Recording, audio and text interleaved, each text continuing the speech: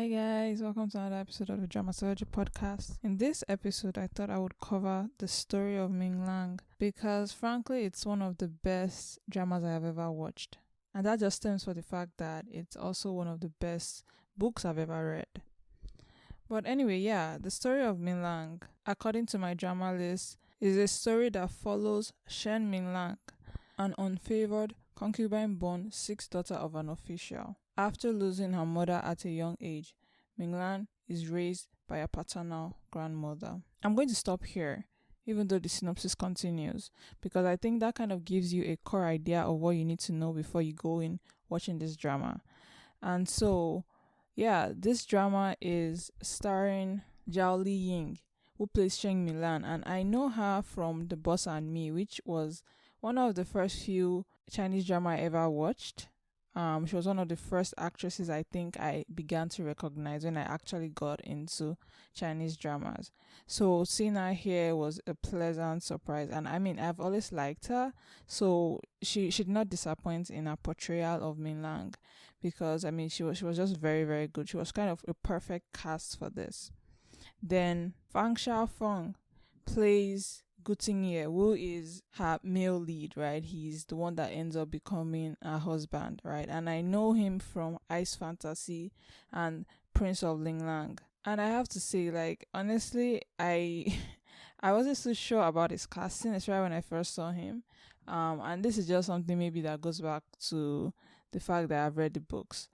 I guess I just had a different person in mind or a different kind of casting in mind. He was great in this because he can't really be bad playing good thing here. He's a character that develops so well.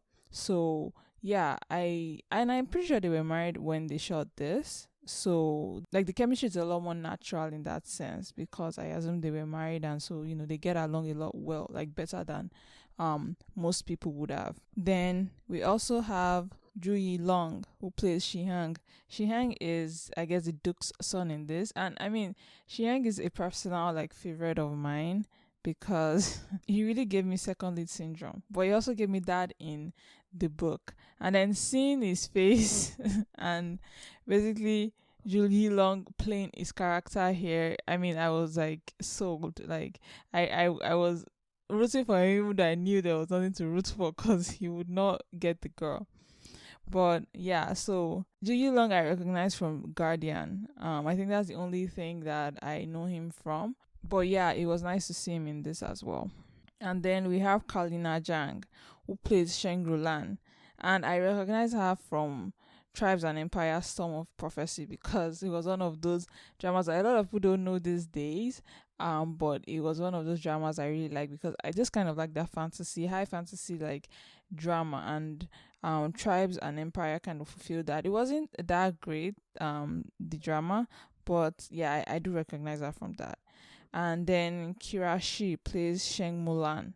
And it's odd to me because I don't know anything she's been in. I haven't been able to place her where I've seen her before. And that's odd because I do recognize her, but I don't know where from. Right? It's one of those things. I think she's played a support role multiple times, and that might be why I kind of can place her face. But actually, I don't know where I've seen her before, but I do know her, which is weird. But she's in this as well. And that kind of wraps up the main cast of main roles. I mean, you have other characters, but I'm not going to mention them, of course. And so that's the casting for this drama. And I think, I haven't watched the drama at this point. It's a really good casting. Everybody's well cast. Well, I don't think Gutinya is well cast, but that might just be me from a shallow perspective in that I just wanted him to be more of a strapping young man, which Feng Xiaofeng is not doesn't give me that vibe, if that makes sense. It doesn't give me the heroic vibe, but that's okay, right? Still, this was a very, very good drama. So like we mentioned, the story of Ming Lan, if you could not tell by the title, is the story of Ming Lan. It follows her life, right? And how she grows up, and finds her own place in society. And the reason I decided to, watch this drama in the first place was because I've read the book. and the book is one of the best. Like, it's one of the best books, like Chinese novels I have ever read. It's actually one of the few, I would say, historical Chinese dramas there are that are like just extremely good, extremely well written. There are a few, but the Story of Ming Lan is one of those ones that, like, it's on that list. If you had a list of really, really good, well written historical dramas or historical books, sorry, the Story of Ming Lan would be on there, right? It's so well written that I was actually like, I hope they can do this well, right? I hope they can really tell this story kind of well.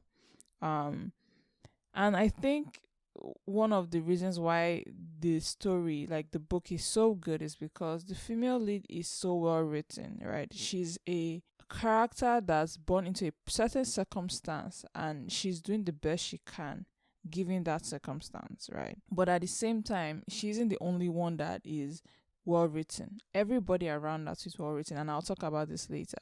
But I mean, our journey, like, we see her grow, and our journey as she grows, in life, is just so interesting, and it's a very kind of slice of life book, right? And so, yeah, the drama is great, but if you really want to, like, read something that I guess gives you more information about just how amazing, this story is, like, this drama is, you need to read the book, because that's where it comes from, and you get more in depth, more like knowledge, and it's just more enjoyable to read the book. And I'm not going to say the drama is bad in any way. The drama actually does it well. It does the portrayal of everybody really, really well. And so, yeah, but still, if you want to check out the book, I think you should, because it's very, very excellent, well written. The thing about this historical drama is that it's in line with those historical dramas that, is a sense of, like, the women and men, how their gender roles come into play in their daily lives. So it's very similar to, like, The Sword and the Brocade, and I want to say Love Like the Galaxy, but I'm going to say that, like, with caution, because Love Like the Galaxy, the female lead isn't unruly, but she is very bold, right? And there's a sense that in Love Like the Galaxy, she has all the support because of what her parents are, and being the only girl and stuff like that. But her mom being the main wife, things like that. So there's a sense of, like, in Love Like the Galaxy, it's a different dynamic they're playing with, but you still get the sense, even in Love Like the Galaxy, that she's female in a man's world, right? And so, like, the Brocade as well is, I think, the one that really shows that world of how do women survive when all their purpose is to first be under their dad or under their father, and then go to be under their husband, right? And so I like watching things like that, especially when I know it's going to have a happy ending. If it doesn't have a happy ending, then I hate it. But it does have a happy ending. A good example that if people also want to check out, like, another good drama, is The Story of Yanxi Palace. That's also a very, very good one. But again, it's still that sense of, like, the gender roles in historical, like, Chinese setting. And so, yeah, do check those out if this is something that you really like. Then, to move on, I just want to talk about the things that I liked about this drama, because actually there isn't that many things I disliked. So I'm just going to focus on things I did like specifically liked above other things, and made this drama, high, like, on my list. And I mean, this drama is pretty high on most people's list. On my drama list, it's an 8.9. That's pretty high, right? That's really super, super high. And it deserves it, because if it wasn't, I would actually start to question I would start to question people's, like, ratings on my drama list. But no, this drama actually has a good rating, and I feel like it should be higher, but I understand maybe for various reasons why it might not be. So this drama does have a high rating on my drama list. So people do buy into how amazing this drama is. So the very first thing I want to talk about is the story of this drama. This story is what you would consider a slice of life, in that it's following the day-to-day life of Ming Lan, and we're just supposed to follow along and basically experience life the way she's experiencing it, right? And the good thing about this drama is that at some point you start to feel like Ming Lan is like your baby, right? You relate to her so much that you also like hate who she hates and you love who she loves, kind of thing, right? The story is also kind of contrived in the sense that yes, Ming Lan is the daughter of a concubine, right? Problem is though, yeah, I mean, her being the daughter of a concubine is a terrible thing, guys. Like, it's not as good as being the daughter of the main wife, right? Because you're kind of illegitimate, right? You're not married to, like, your mother is would not have been married to, your father in that sense, and you are a lower class of a person. Your status is just less, right? And so Ming Lan is the daughter of a concubine, right? What makes it even worse is that she's not just the daughter of a concubine, she's the daughter of a dead concubine. Now, that's like horrific to think about, because what that means is that she has no backing, she has no support, right? And that's kind of what has made Ming Lan very careful of how she relates to other people in her family, because she does not have that backing, right, that everybody else seems to have, right? Sheng Ming Lan is the daughter of the main wife, and even though the main wife is not as favored, she's still the main wife, right? She comes from a well respectable family, so even if the father is not favoring his main wife, he still has to give her face, kind of. He has to keep the status quo and treat her well in that sense, right?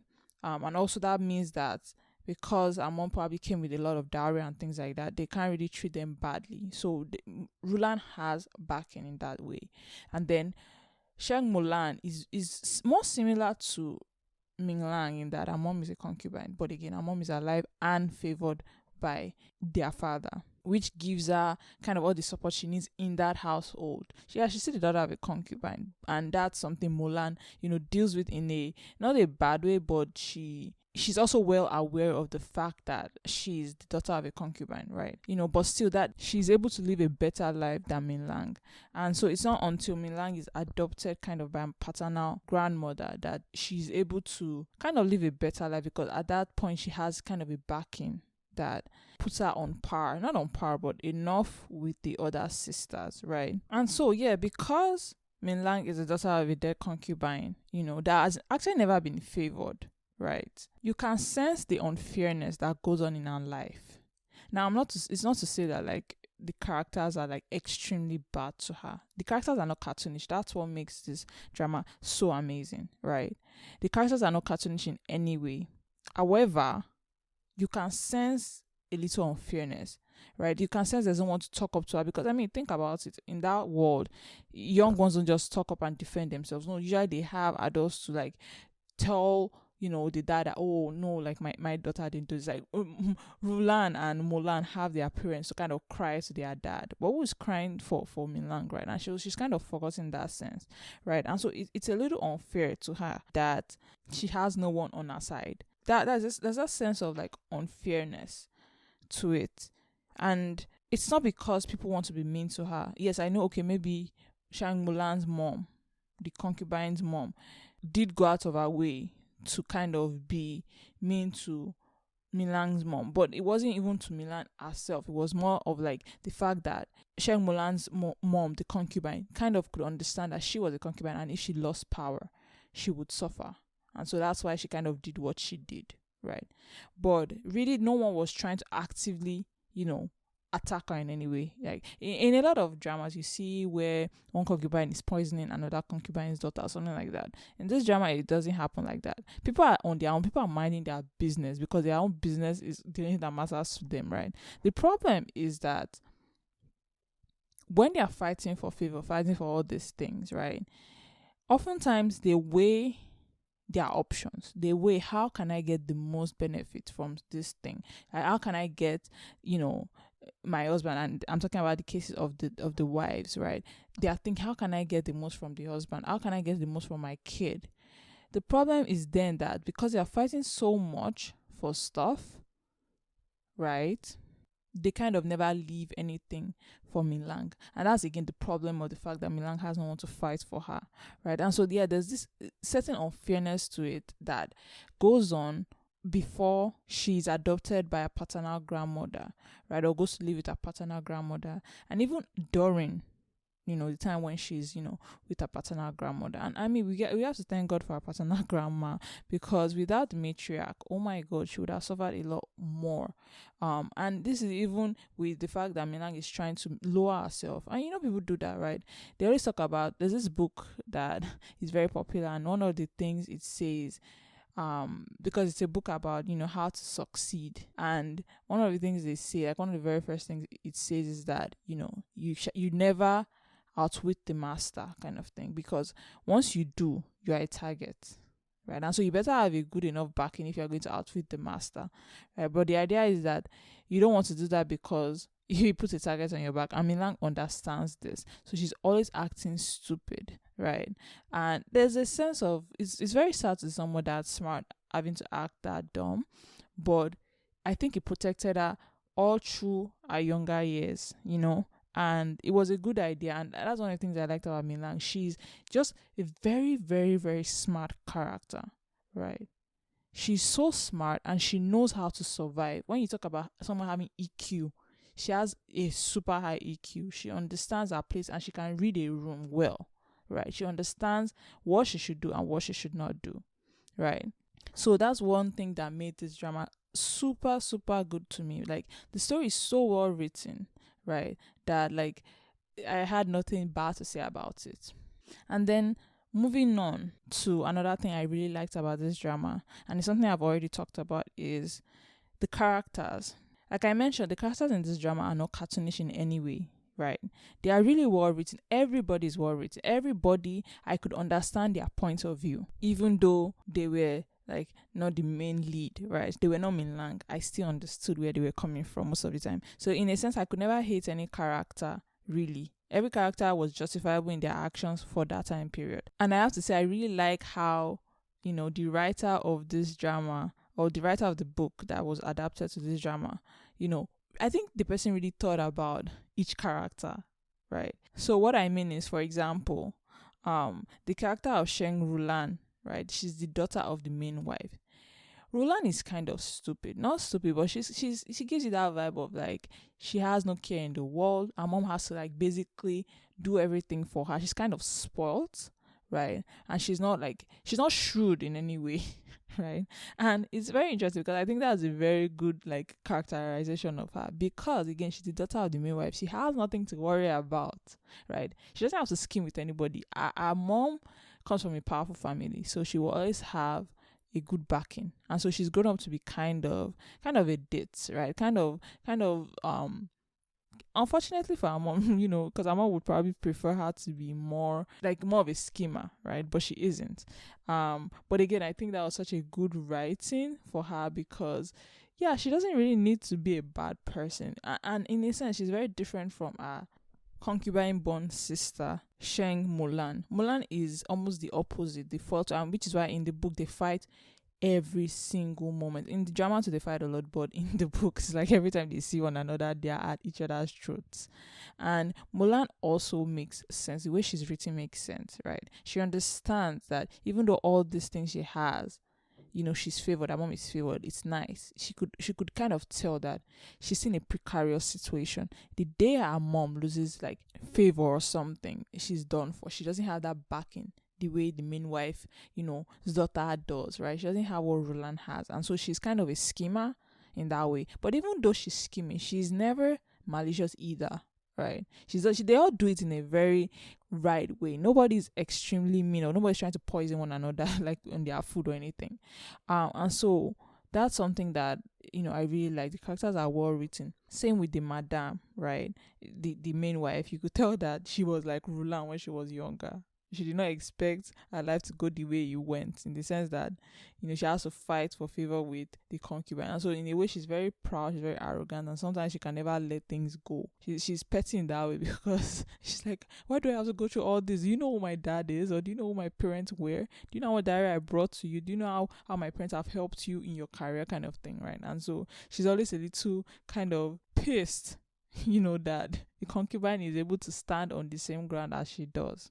And then moving on, we also have, Gu Ting, who, I have to say that I was not a fan of to begin with, because even in the book, because he just seemed to have a lot of baggage, and a lot of the characters talk about this in the drama. And I would, if I was like an extra in the drama, I would also be nodding my head like, yeah, he has baggage. Like, why would he be the choice of all this? Like, he would never be the choice, he had a kid. They had 2 kids at this point with the mistress, and he was also supportive of the mistress, even though he's, the matriarch of his house has always been like, she's like a wicked person, she's a witch kind of thing. And in those days, having a husband that can see things clearly is very important. And it seemed to me that Gutinye at the beginning could not see things, right? He was always on the side of his mistress, even though she was a terrible person, right? And I was like, oh God, I don't want this to have to be the person Ming Lan marries. But then, he grows to be a better person. He grows to be a good person. And he actually became the best option for Ming Lan, in the sense that Ming Lan is the daughter of a concubine, while Gutinye is a marquess. He has a title that he will inherit. Normally, the daughter of a concubine cannot marry somebody that high of a status. Right. It doesn't matter. Like, it just doesn't happen. And so I think one of the reasons why she was able to was because she had to compromise, in the sense that, okay, already has kids. Right. And so there's a sense that a lot of people don't want him anyways. Right. And so, she could they could model their way through how, they got her into being his wife, right? And also because the king was kind of on their side at that point, right? It's not that it doesn't happen, it's just really odd, right? And so you see that with the character of Shiheng, who is my favorite character. Unfortunately, that I feel bad that he did not get the girl, but he's my favorite character. Shiheng, the duke's son, right, loves Ming Lan from the very beginning, right? He sees her, I think, in a way that a lot of people did not.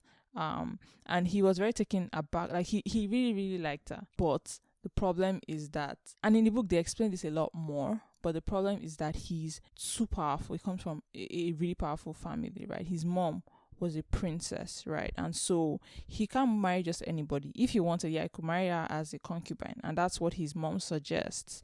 But no, and that's one thing I like about him. He understands how Ming Lan works, and so he's like, no, he can't marry her as a concubine. She won't like it, right? He's very keen on that, right?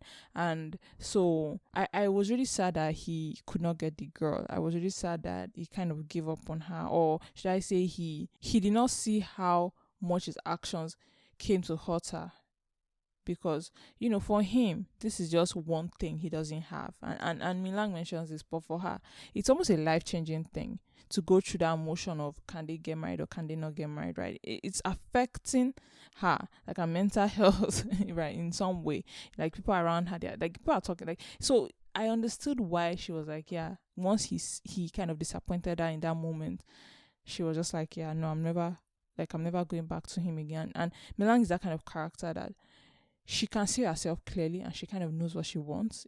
She's never not sure about what she wants, right? And her falling in love with Shiheng for a second there was just because of how good he was to her for the longest time, right? Growing up, right, in the book, it was for a long period, right? And I was really sad because in the book I was really, really rooting for him. But honestly, his character had to have a flaw, right? Because he was almost too perfect. He taken the first exam, and this is me talking about the book, really. He taken the first exam and passed. I think it was the next one he failed, and that's when they had that issue in their relationship. But yeah, he was almost too perfect. He had no concubine to mention of. Came from a powerful family, and he was perfect in every way, but it wouldn't have worked for her because, again, he was too perfect, right? How is she, as a concubine, actually supposed to marry someone like that and it would be okay? No, she would have to fight. Like, she has no backing the way everybody else in her family, her sisters have, right? And so it would have been a problem even after she had married into the family. She would probably have not been able to, had a strong fold in that family because she just doesn't have that backing. I forgot to say, her mother-in-law would have been the princess, right? Like, it would not have worked. While Gutinye's family wasn't as perfect, but she would have been able to control such a family, right?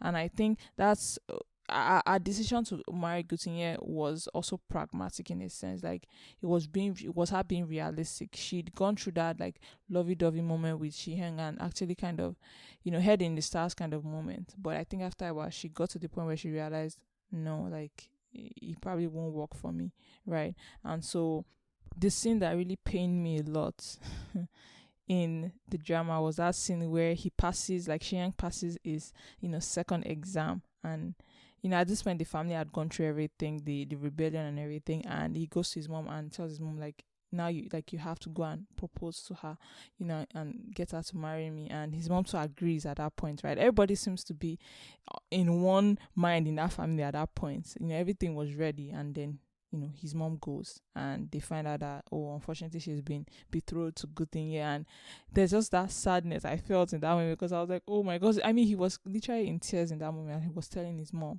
right? Because he was so happy about this, and good thing he had, cut corners and gotten Milan to agree to marry him at that point. And so it was really, really kind of sad, but he was my favorite of all the characters for a bunch of reasons, because he was genuinely a good guy for his time period. Genuinely a good guy. Only had eyes for her throughout the whole thing. Even Gutinya did not have eyes for her throughout the whole thing, right? He had eyes for his mistress first. So, but realistically, that character would not have existed in that time period. He was just so perfect that he just had to remain perfect. And I guess he's one of those things that I say he's the viewer's person, like he's the viewer's favorite. So Gusinya can be Milan's favorite, while Shinya can be us the viewers' favorites. So yeah, that's all I have to say about the characters of this drama. All well written. Everybody just made, even the dad made sense. Right? The dad also made sense. Like, everybody just made sense. His dad was weak and everything, but again, no one was caricature. Everybody just had good writing to them, right? And so yeah, that's the only characters for me. And so, yeah, those are the things I would say that made this drama really, like, worth it for me, right? It's the reason why I would give this drama a high rating. I think I have it at like a 9 or 9.5 on my drama list, on my rating profile, because it's just so good. And it's even better if you read the book, right? And so, yeah, I do recommend this drama to everybody. Please check it out. It's so well written that I don't think I've seen a drama that's this good. Maybe Sword and Brocade, but honestly, this drama is it, right? The Story of Ming Lan is just too well written, so well written. So if you've not seen this, do check it out. So yeah, that is the end of this review. Thank you guys so much for listening. If you have any questions or comments for me, you can reach me at Reddit at u/dramasology. Thank you guys so much for listening. Have a nice day. Bye.